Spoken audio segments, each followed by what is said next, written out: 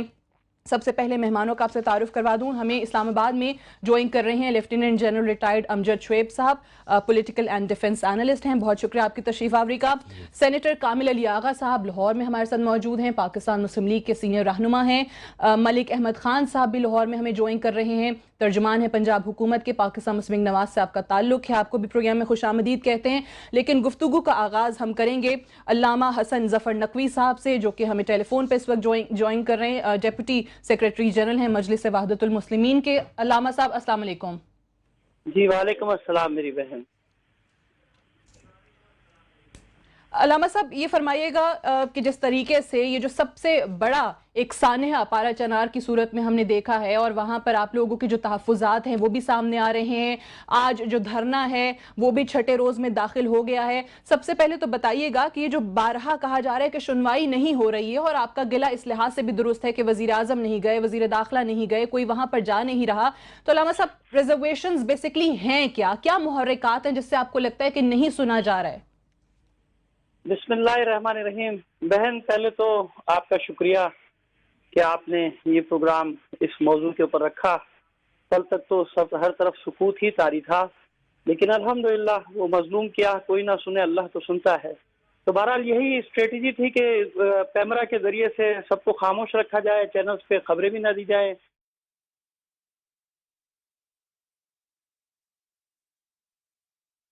میں آپ کو بتا دوں کہ ایک طاقت جس نے ہم سب کو خلق کیا ہے نا، ہمارا خالق، ہمارا مالک، ہمارا پیدا کرنے والا اللہ،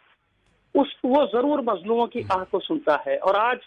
یہ ساری دنیا میں، یہاں نہیں، میں آپ کو بتا رہا ہوں کہ صرف پارا چنار نہیں، پوری دنیا میں آپ کو بھی خبریں مل جائیں گی کہ لوگ نکل رہے ہیں، غیر مسلم بھی نکل رہے ہیں اس آنے پہ۔ دیکھیے بات یہ کہ جنرل امجد شعیب صاحب ہمارے بڑے بھائی یہاں تشریف فرمائے، میری بات کو بہت اچھی طرح سمجھیں گے کہ پارا چنار کی سرحدی جو صورتحال ہے صرف ایک پہاڑ درمیان میں اور اس طرف افغانستان ہے، اور ہمیشہ سے جب ادھر سے کوئی یورش ہوئی تھی ہوتی ہے، اب بھی تو وہ پارا چنار کے لوگ اپنے سینوں پہ روکتے ہیں، دفاع کرتے ہیں سرحدوں کا۔ یہ انگریزوں کے زمانے سے چل رہا ہے سسٹم، اور آج بھی پچھلے سالوں میں جب ادھر سے حملے ہوتے تھے دہشت گردوں کے تو مومنین وہاں کے رہائشی پارا چنار کے لوگ دفاع کرتے تھے، اور بغیر تنخواہ کی فوج ہے وہ پورے پاکستان کی۔ اور دوسری بات میں آپ کو بتاؤں کہ کس جرم کی ان کو سزا مل رہی ہے، انہوں نے گناہ بھی تو بڑے بڑے کیے ہیں نا۔ ان کا ایک گناہ یہ ہے کہ جب سارے فاٹا میں کوئی ایجنسی ایسی نہیں تھی کہ جب ہماری سیکورٹی کے بھائی جوان چلتے تھے تو آگے وہ مائن صاف کرنے والے، بارودی سرنگیں صاف کرنے والے لوگ چلتے تھے اور پھر ان کے لیے راستہ بنتا تھا۔ تو اس زمانے میں سے لے کر آج بھی پارا چنار وہ واحد جگہ ہے کہ اس بدترین دور میں بھی وہاں کھلم کھلا سیکورٹی کے افراد آتے تھے، جاتے تھے، خود ہم سے کہتے تھے جب ہم بھی جاتے تھے یہ پرامن لوگ ہیں، یہ پرامن، یہاں ہمیں آ کے کوئی اس خطرے کا احساس نہیں ہوتا دہشت گردی کا۔ یہ ان کا کتنا بڑا گناہ ہے کہ اس زمانے میں بھی وہ پرامن رہے، لاشیں اس وقت بھی گر رہی تھی مگر انہوں نے اپنے ملک کے جھنڈے کو سنبھال کے رکھا، اس کو بلند کر کے رکھا۔ آج بھی وہ بیچارے پاکستان کا جھنڈا لے کے وہاں پر بیٹھے ہوئے، آج بھی انہوں نے کوئی ایسی کاروائی، چھٹا دن ہو گیا، پتھر نہیں چلائے۔ حالانکہ پچھلی دفعہ ان سے جھوٹے وعدے وہ اس لیے بیٹھے ہوئے کہ پچھلی دفعہ جب سانحہ ہوا تھا تو ان سے معاہدہ جو کیا گیا تھا اس پہ عمل نہیں کیا گیا، جھوٹے وعدے کیے گئے، اس وقت بھی یہ سب کچھ دروغ بازی سے کام لیا گیا اور پھر انہی پر فائرنگ کر کے ان کو مارا بھی گیا، اور ابھی بھی کوئی نہیں گیا سننے کے لیے۔ نہیں اب دیکھیں نا، ان سے کہنا فضول ہے نا۔ آپ دیکھیں یہ احمد پور شرقیہ کے ہمارے غریب لوگ، میں تو ان پہ تنقید ہی نہیں کرتا ہوں، حالانکہ وزیر اعلیٰ صاحب نے تو لائیو کہا، آپ نے بھی سنا، میں نے بھی سنا چینلز پہ، کہ اپنی غلطی سے وہ مارے گئے۔ وہ بیچارے غریب، میں ان کو کیا کہوں، جو اپنی جان سے چلے گئے، پیٹرول لینے چلے گئے تھے، غریب غربا اور جاہل۔